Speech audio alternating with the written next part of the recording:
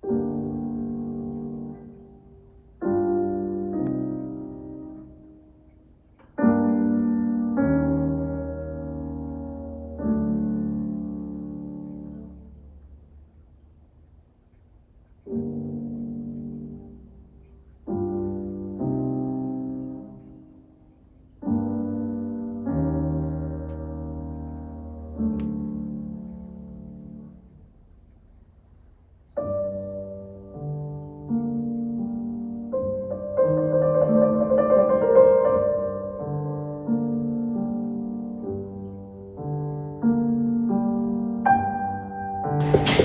mouse crawled through the hole in a wall. What kept him warm and fed was to be his death, for the play of cats or time. Winter brought the family poetry of the harvest. Spring, songs of the old field. Summer, the play of memories before, and fall, the namesake of life's end. And those small tales, it's those small tales we are most interested in, that we are all most afraid of. Those kept under the kitchen cupboard or hanging in the closet. Those left for books unbounded. Those truths of common, extraordinary people in everyday life. When you find the day in the morning's errand, or in the evening meal, the back porch, or in the death mask of dreams, will tell you the story of my life, where you find the day. Art is the most common thing on earth, and in my time, I was everywhere. I was the man on the news channel speaking to the weekend, the woman in the woods behind the wheel, the newspaper boy on the cycle of the American soul, the framed painting that you became, the post, or the cost of utopian daydreams. So begun the game of my life, the only chance I had in reality to stand for something, but I chose something much more interesting, and that was my own fault. I stood and stand for nothing, for nobody, for no one. For the man in the bookstore reading me, for the President of America, for the executioner who pulls the lever of ash as the bureaucrat of death, and for the words of either of us, it won't mean anything to anybody ever again. I found out the truth on the road today. A poet usually knows better than to trust his hard-earned genius, but instead to stake his life by his God-given gut stupidity. And they say that without guts you'll never make it, and maybe they're right. But you wouldn't know the difference when history's on the line and you just picked up the phone. But would you know the difference when history's on the line and you just picked up the phone? You can look up a local carpenter, a banker, a farmer, and change the world. But nobody does. No one. I used to think it took more than what I had.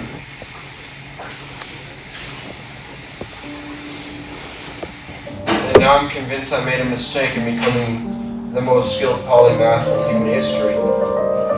I could have made more money with a grocery store job, or found love by just going outside more often. I could have moved to Paris at 25 if I just fucking did either of those things. I could have traveled the nation in my tiny car by the guard of cats, living town to town a few years, working when the money was slotted lost, and becoming the poet of our mirror in time. But I didn't. I chose everlasting fame and infamy at every edge.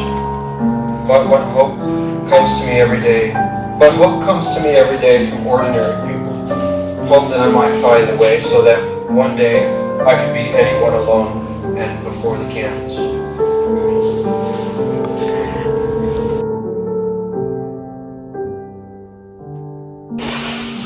The Internet's closet. It might not seem much to any millionaire, company, politician, father, and friend, But $3,000 American and a connection to the internet can change billions of everyday lives. Fuck you. A piece of paper and a borrowed pen at a diner in place of money could change the legacy of a town forever. A pawn shop banjo and an afternoon alone will define music for a nation. A tube of paint and an old door or unwatched wall so doth poeticize the destiny of 1,000 years in art history.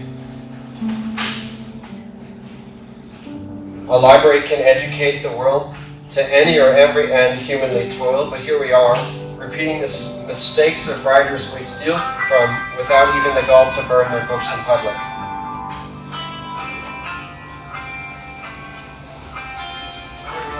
No. I mean, what is a bit of makeup, a mask, some blood and lies in the nonfiction section? Well, if you ask a historian, they'll tell you it's reality. It's the truest thing we have. Behind closed doors, when the fucking restaurant closes and the chefs sit contemplating walking the rail lines, when the dreams of our fathers come to pass, the desk of novelists, and when we open our closets and discover who we are, there will be the artifact of our imagination and the only truth history respects. So that's part 2. This is Why Run Today. It's called Poetry, kid. If you can't wait for a better story, it's the only truth in love and war. It's why we write on tombstones. It's why we call dreams inspirational. It's why people spend their entire lives making money. It's why you won't get up and leave for what you know is better truth. And every single day, if you would just let yourself know better. It's the biology of hair and tears. It's the reality of our imagination. It's the contract of nations and the metaphysics of death. It's the only thing left in the library after the printing presses run out of ink or perish from that same fire, that only fire that exists. But you don't know better. You're old like I am when I read these truths of youth. You're damaged like I have been, molested, drugged, and abated. You're an artist in a world that never cared and never should, because love is a poison to the human conditioning. You're ruined, retarded, redocilated. You're delinquent, delicate, defunct, doomed. You're erupted, entangled, ill-elocuted, and yawn-marine. You're lost because you won't pick up your day and be who you don't know how to be or even deserve to be. The only pair left. When plums fall on the sidewalk, the owner chooses if they stay in the city. When people die, they are avoided forevermore, put behind the fence and in a garden no man would dare to harvest.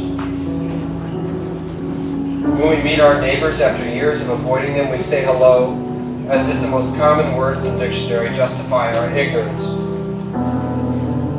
When paintings burn in the theater of the future, what is left of historic toil? When books find the last pages turned to final time, is the reconciliation forevermore?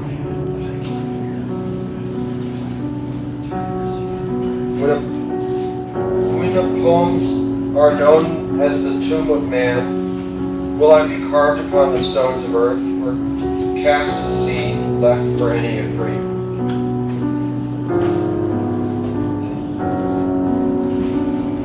When a man works a midnight shift for a month, he knows which item he is forevermore.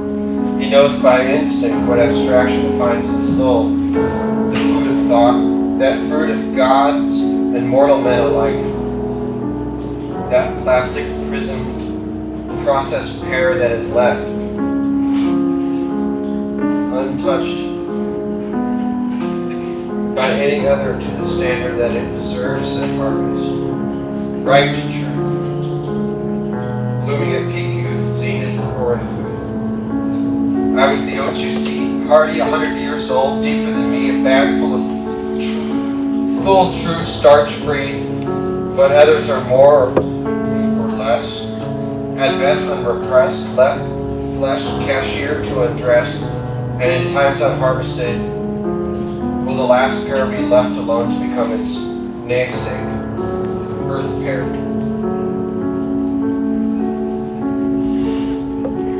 The paper mache generation. When the last bit of the moon is not graffitied by $15 lasers from Amazon by a generation with an internet connection and a place to hide the solar panel.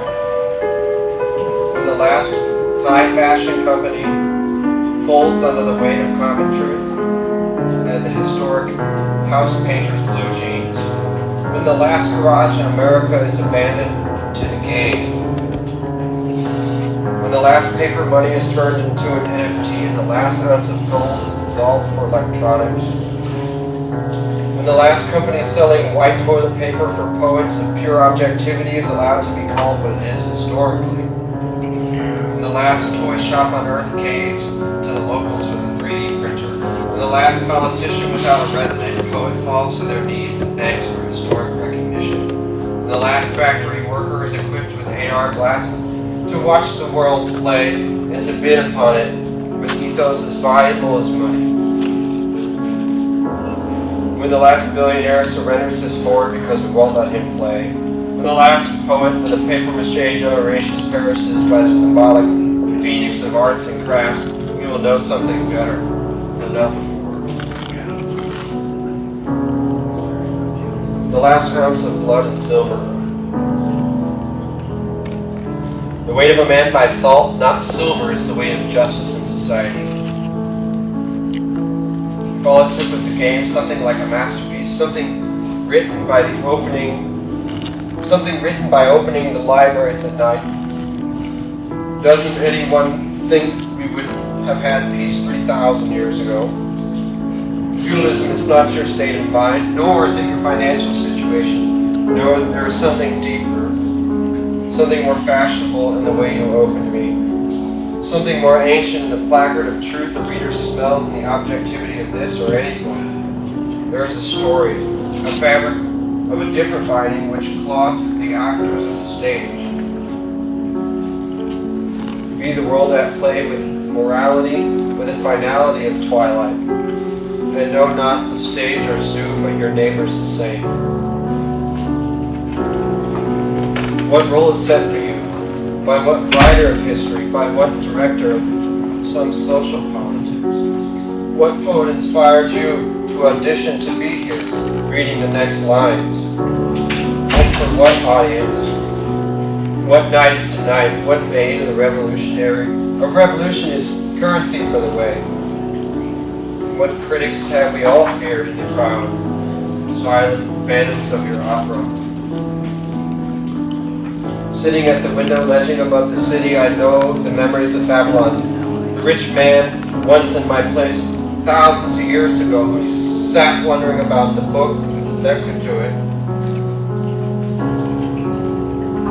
The writer of some standard or another, as he sat, as I do here and now, dreaming about the mystery between us. Not about science or religion or math or poetry, but the civics of it all. What it takes to get the last ounce of blood out of the silver. When nothing is said to have been done for by slaves, the game is up, dear Watson. The light bulbs bloom to the harvest of young women and men. The music speaks of that present once and finally past. Photography captures the light unnoticed called humanity, and the poets weep but not for death or for life, but for the color of fire squandered. But there's one more. To just cause, the just effect. Oysters and beer justify an afternoon alone. A junkyard justifies the lack of community in all for us together. The community application a vocation is unjustified in the market because in 5,000 years either nobody wanted to do it at all, or more likely we all did but never would for a reason justifiable by nothing except the status quo.